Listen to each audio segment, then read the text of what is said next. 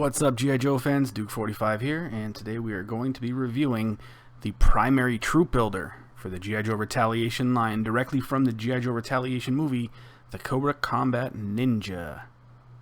Ninja, huh? Yeah, we're in Retaliation territory, so everything's going to be ninja. They couldn't call it Cobra Combat Trooper. They had to put ninja on there.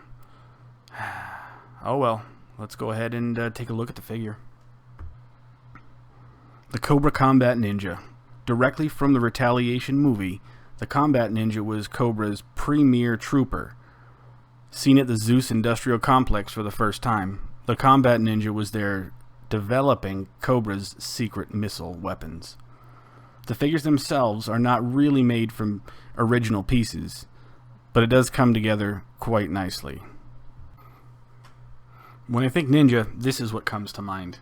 Light, easy-moving clothing, kind of a minimalist look, flexible, all that stuff goes into ninjas and what they're capable of. I'm even reminded of Storm Shadow's quote from Sunbow, where he said, "A ninja doesn't need weapons, the ninja is a weapon."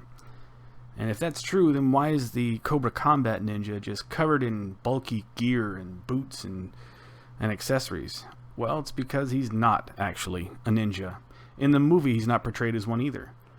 It really just speaks to Hasbro's lack of confidence in the G.I. Joe brand itself. They were worried that kids weren't going to want the toys or even know who G.I. Joe was. So their Hail Mary was basically slapping ninja all over everything and anything, hoping that it would catch the eye of kids in toy aisles and they'd be able to sell some product for a brand that they've shown over the years they don't have a lot of confidence in. Vehicles became ninja combat cruisers, and the Rock became Roadblock, a ninja commando. Hasbro was banking on just selling the ninja idea as opposed to G.I. Joe itself, and that, to me, it's pretty sad. The Cobra Combat Ninja is basically the Cobra Shock Trooper. It's made exactly the same. Same parts from top to bottom, up to the head, and that's where it changes a little bit. You get the balaclava right here on the Shock Trooper, whereas this one has more of a ninja style mask. A helmet that's removable, but everything underneath is the same. It literally is just a repaint of the Shock Trooper. And that's okay. The Shock Trooper was an excellent figure, so I like having the same types of posability, features, and look on my Cobra Combat Ninja. And if you are so inclined, you can even use the Combat Ninja as another division of the Cobra Shock Troopers. Let's have a look at the articulation and sculpt of the Cobra Combat Ninja. As you can see here, I've put on the alternate head that the figure comes with, which just the one looks like some kind of a digital eye or some sort of night scope right into the helmet. Almost makes it look kind of robotic, which is kind of cool if that's your thing.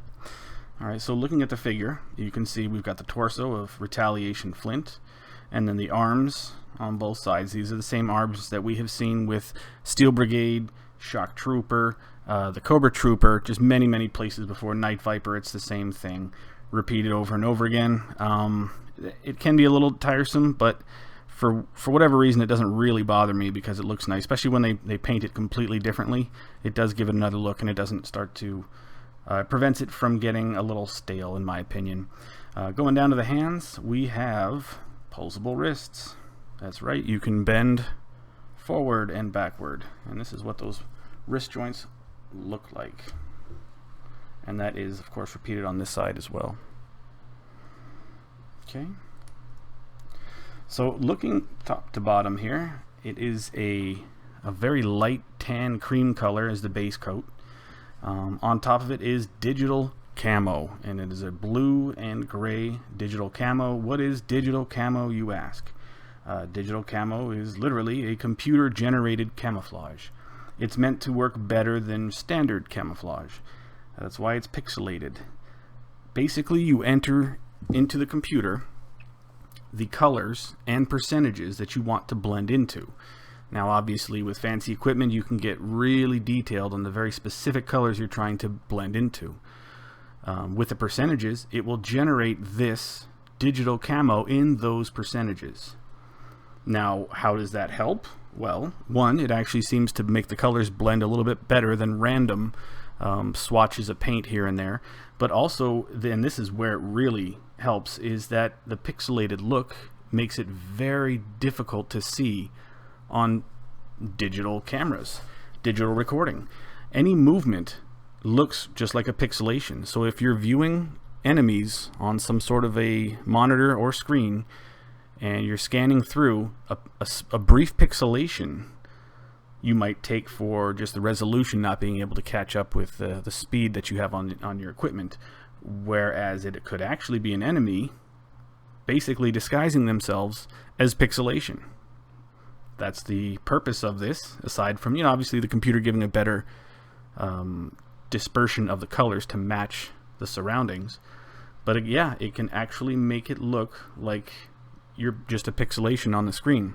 And that in and of itself has made why digital camo has really started to take over across the world as the premier type of camouflage that you see. Moving along, on the back here you see more of the digital camo. Elbow pads, again with those pointed parts right here. And moving up and down. It's funny, with the camo, it is kind of tough to point out the different sculpting on here. I guess digital camo works pretty well to the naked eye as well, but there are pockets sculpted here and on the front. And again, this is the same as Steel Brigade and Shock Trooper. Top to bottom, pockets sculpted here and here. The knee is a double joint. You have to watch out for that in the Retaliation line. Not all figures in the Retaliation line have a double knee joint. And if it's a vehicle driver, with the exception of Lift Ticket, a lot of them don't have any articulation in the knees at all. Just keep that in mind when you're shopping through Retaliation figures. The ankles go all the way around, repeated on both sides, and it goes up and down. There is no side to side on the ankles for the Cobra Combat Ninja. And then getting to the head itself. With this head on, there is a little bit of trouble going around a full 360, but it does make it. There you go, around there. And then up and down, it does have some slight up and down. And then halfway through the midsection, it does have the forward and backward mobility to give sort of a crunch type look to it. As far as how far the joints go, you can go as far with the knees. Or, I'm sorry, with the shoulders, not the knees. And then they do go all the way around. And then for the legs, you got your backward that far, forward that far. That is the sculpt and articulation of the Cobra Combat Ninja. Unfortunately, there's no file cards with the G.I. Joe Retaliation line, but they do give a little bit of a write-up about the character, and I'll throw that on the screen and read it to you now. It says, Cobra Combat Ninja troopers are trained in elite martial arts techniques and are equally skilled with ninja and military weapons from swords to submachine guns. They blaze into battle, firing their missile launchers at the G.I. Joe team. So as you can see, it's a real advertisement for the toy while continuing to drive home that ninja narrative that is so predominant in Retaliation. They really, really, really wanted you to think ninja with G.I. Joe Retaliation. Let's take a look at the accessories the Cobra Combat Ninja was packaged with. And there were a few, actually. There were some goodies that I really liked. It made it more appealing to try and troop build these just for some of these things. We'll start with them. This flag, each Cobra Combat Ninja came with this red on black flag, which looks sweet. Yeah, imagine you get a bunch of these together, and yeah, no, that looks really good. And I had posed a couple of these in his tanks. His tanks have that little spot for flags for you to put them in. Yeah, just slid a couple of these in there. It looks awesome. In addition, it's got this missile launcher. Look at that right there. It's got the Cobra logo on it. And it looks like the little snake design here. Now, I believe this was packaged with one of the Resolute troopers in the G.I. Joe Resolute series. So I know it's not new, but still, it's nice to get these. Especially with a troop building figure, you can just line up several of these and it gives a real good look to the base or whatever defense you're trying to create or simulate with that. And on top of that, there is a button on here that you can press. Now I want you to see the opening right there. So there's the opening, and that is where you would put the missile that is included. So I'm going to try to not hit you guys with this. Let me see if I can fire it right across there. So you press the little button right here where my finger is, and there you go. It not only looks like a missile launcher, rocket launcher, it is. In addition, and this is the alternate head that it comes with, and this one has the robotic style look to it if you want to make these, you know, robots, androids, whatever you want. Here's the tactical vest that it comes with.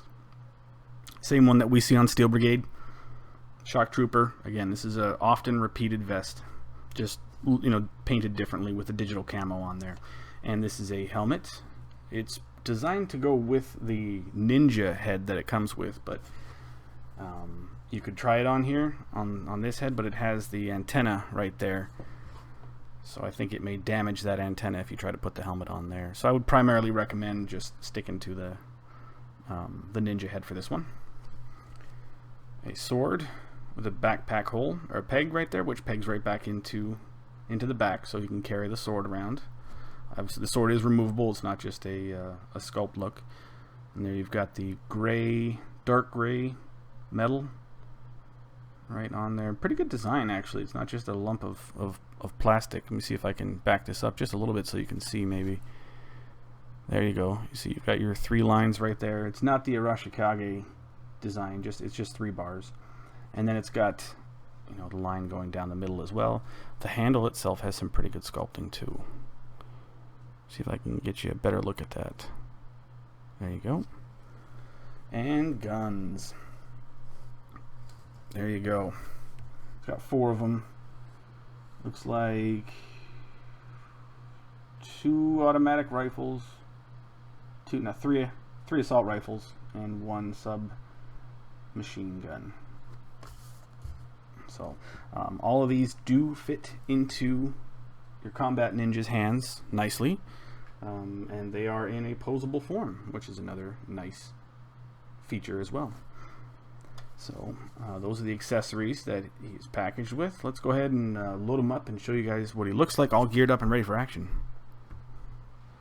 So here's the Combat Ninja all geared up. I had 2 of them side by side to show you, with one with the alternate head and one with the ninja head, just to give you a look at what it looks like in both scenarios. As you can see, they hold the weapons nicely, both the sword and the guns. And then on this side, he's holding the other guns well, and that's pretty cool. That's one of the things that I like the most when posing these figures, is for them to not have to struggle to hold the weapons that they were packaged with. So that's a definite plus. Then maybe they didn't come with a lot of variety of weapons. They came with cool accessories, so I don't mind the fact that maybe they didn't have some other, you know, kind of not so common weapons. I mean, these guns are pretty common. We get them pretty frequently, so it's nothing too special. But the fact that they can A, hold them, and, you know, B, came with the flag and the missile launcher, I can look past that. So they look good. And then another thing that I want to point out is that with this style camo, let me just push this guy off to the side. It really fits in many scenarios. You can probably make a case to use it in a winter one, in urban combat, in desert warfare. Just this blend of colors really does lend itself to so many different situations, and that really makes the figure pretty versatile if you're like me and you do action figure photography, or if you just like to pose them in like whatever type of conditional situations. If you want to throw them in snow, if you want to throw them in desert, I think they'll work for all that stuff. So overall, just a really good figure. I know it's basically the Shock Trooper, and I know a lot of people are going to say, oh, come on, it's just a Shock Trooper. All they did was throw a new head and repaint it, so we really shouldn't give it that much credit. And I understand that, but at the same time, the Shock Trooper was a pretty cool figure. So, by extension, so is this one. It does have the issue that all those figures have, and that is this does not close all the way. You see that on Shock Trooper, Steel Brigade. This vest just does not like to close. You would have thought they would have maybe improved the sculpting. I don't know how much money it takes to fix something like this, to add an extra, millimeter of plastic on there, so this will shut all the way, but they didn't do it. So this problem persists right here.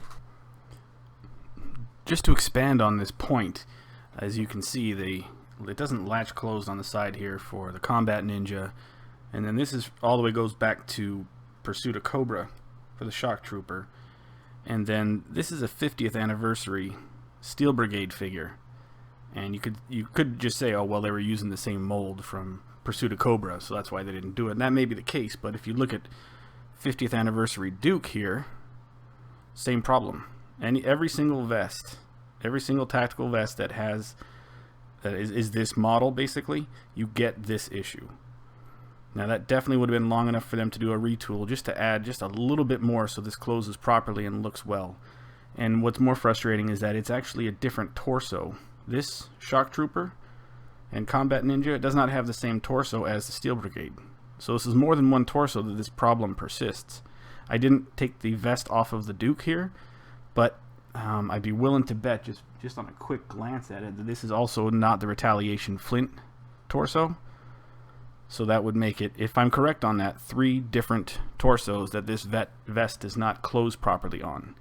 To me, you can do better than that, Hasbro.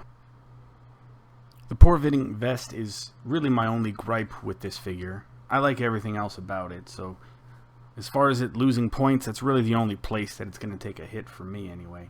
It bugs me that it doesn't fit, and it also bugs me that it does hamper the posability, because you just really can't push that arm closed on the left side because of the ill-fitting vest. Let's take a look at these guys in action and get to a final grade for the Cobra Combat Ninja.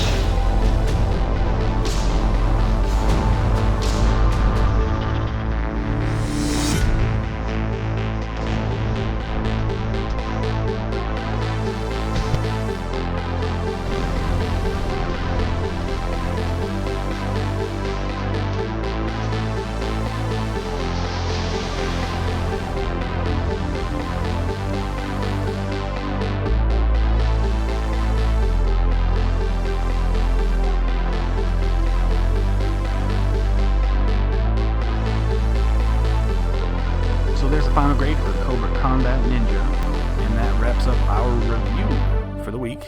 Thank you guys so much for watching. I really appreciate it. Our next review, we will be going from one of the newest characters in the Cobra Combat Ninja to one of the original 13, and we'll be reviewing 25th Anniversary Short Fuse.